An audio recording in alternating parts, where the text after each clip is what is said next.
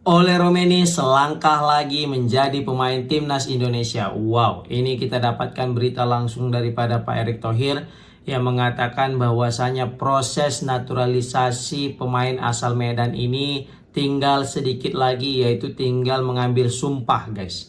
Karena Ole Romeni sudah cek kesehatan, sudah juga datang ke kedutaan Indonesia yang ada di Belanda, semakin meyakinkan dan menegaskan bahwasanya Ole Romeni bentar lagi akan membela timnas Indonesia. Ini berita baik sekaligus menjadi berita yang cukup mengagetkan, yang mana kita sempat dikabarkan ya agak lama Ole Romeni untuk diproses dan akhirnya mulai terjawab, dan Ole Romeni siap tampil bersama Indonesia setelah mengambil sumpah, guys. Ini bisa kita bilang apa ya, kabar baik lah, karena kita tahu kita sangat kekurangan di lini depan. Ya, kita hanya mengandalkan Rafael Strijk dan Orat Mangun sebagai ujung tombak ya, yang mana saling bahu membahu bersama dengan Marcelino. Ditambah lagi juga sometimes kita memasukkan Witan, ya kan.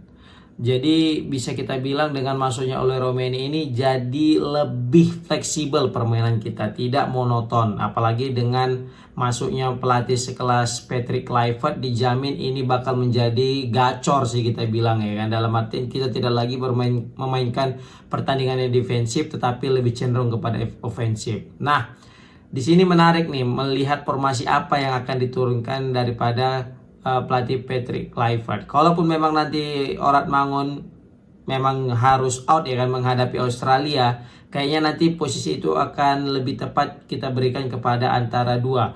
Kalau memang tidak Elino Renders, maka di situ akan diisi oleh Rafael Strijk. Tapi kayaknya aku rasa besar nanti Elino Renders.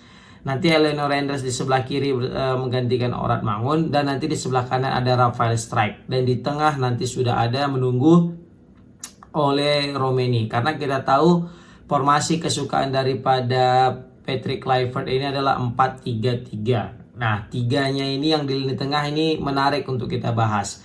Kita tahu kita lagi ngincar juga dengan Jairo ya. Jairo katanya masih dalam proses nih, karena ya agak lebih ribet lah untuk si Jairo ini, karena mantan pemain Ajax ini kayaknya masih mikir-mikir, masih galau, masih ini yakin nggak ya, apalagi semenjak kemarin itu masih STY yang melatih. Kayaknya Jairo itu masih kecil kemungkinan untuk bergabung dengan timnas Indonesia. Beda halnya dengan Ole Romeni. Memang Ole Romeni juga sulit awalnya untuk meyakinkannya bisa bergabung dengan timnas Indonesia, ya kan. Apalagi mungkin karena dilatih Sintayong, mungkin merasa aduh kayaknya belum lah gitu kan. Tetapi karena pesona luar biasa yang dimiliki oleh Pak Erick Thohir dan meyakinkan pemain-pemain diaspora ini, dan terbukti Ole Romeni akhirnya takluk juga. Dan bukan main, Ole Romeni langsung datang ke Indonesia, langsung nonton pertandingan Indonesia melawan Jepang, ya kan. Dan meskipun kalah saat itu ya, pemain yang masih berusia 24 tahun ini tetap masih mau membela timnas Indonesia. Padahal kita dibantai bisa-bisain 4-0 saat itu lawan Jepang kan di Gelora Bung Karno. Dia nonton sama Pak Erick Thohir, dan Pak Erick Thohir bilang, gimana Ole Romeni? Kita ini kalah 4-0. Masih mau nggak bela timnas? Kan? Jangan pula nanti nyesal di kemudian hari. Gimana? Masih mau nggak bela timnas? Jawaban berkelas daripada Ole Romeni pun muncul ya kan. Ya masih lah, aku akan siap memperbaiki yang kekurangan ada di timnas ini gitu. Jadi dia malah menantang balik. Justru dia makin semangat untuk bergabung karena dia lihat ada kekurangan dan dia ingin siap memperbaiki kekurangan itu. Dan itu mungkin dia lihat dari sisi finishing. Kita tahu banyak peluang-peluang kita, tapi nggak banyak golnya gitu loh. Terbukti kita bisa cetak banyak gol itu cuma 2 gol ketika menghadapi Bahrain dan juga ketika menghadapi Arab Saudi. Sisanya kita hanya mencetak 1 gol dan bahkan tidak mencetak gol sama sekali. Bahkan kalau dari hitung peluang, banyak peluang yang tercipta. Apalagi ketika menghadapi Jepang itu terbukti ada 2 atau 3 peluang yang seharusnya bisa menjadi gol. Apalagi melawan Arab Saudi, wah banyak kali kan gitu. Nah, tapi tidak terjadi banyak gol. Kenapa? Karena finishing kita yang menjadi masalah utama. Dan ini bisa disolusikan dengan hadirnya Patrick Kluivert sebagai pelatih dan Ole Romeni sebagai pemain.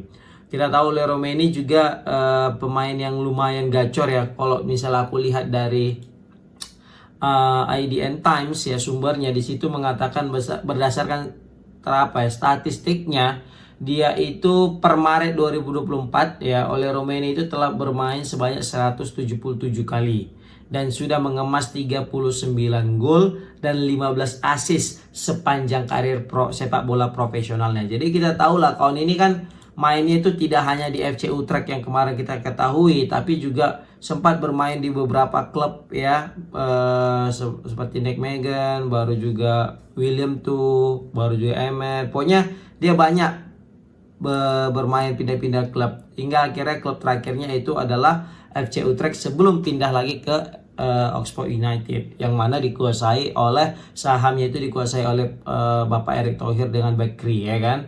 Nah, pemain yang bertinggi 1,85 ini sebenarnya bisa menjadi apa ya, selain daripada dia bisa sebagai striker utama, dia itu juga di sini posisinya bisa sebagai right winger guys.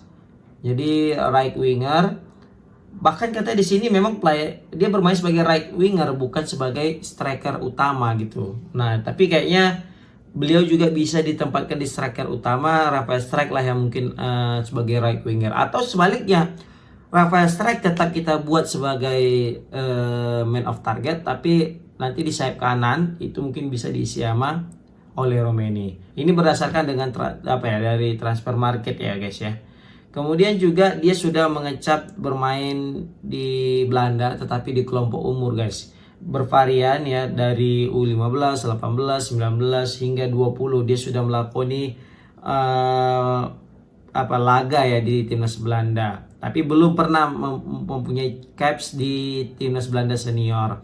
Ya tahulah kita senior, perjuangannya dan juga rivalitasnya itu sangat berat, sangat ya ketat. Jadi butuh ekstra keras jika memang ingin tembus ke skuad utama Belanda guys, seperti itu.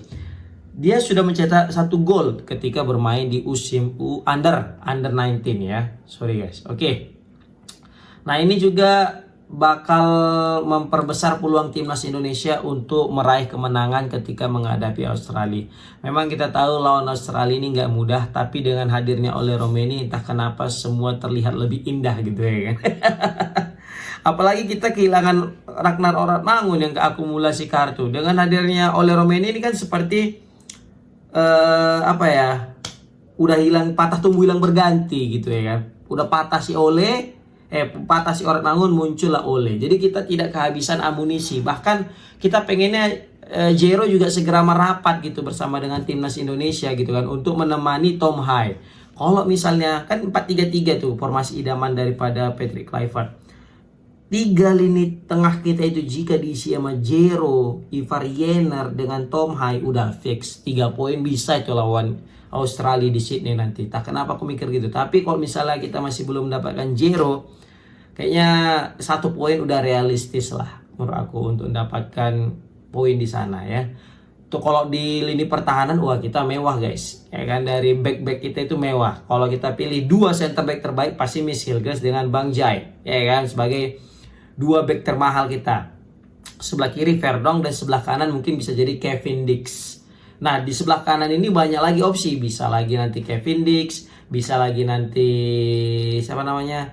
Sandy Walsh, bisa juga mungkin Asnawi, ya kan? Sebelah kiri itu juga nanti ya, sebelah kiri tidak sebanyak. Tapi ada juga kayak Saint Patinama, ya kan? Bisa juga Arhan. Nah, kalau back kita lumayan banyak mewah. Di lini tengah di apanya juga ada.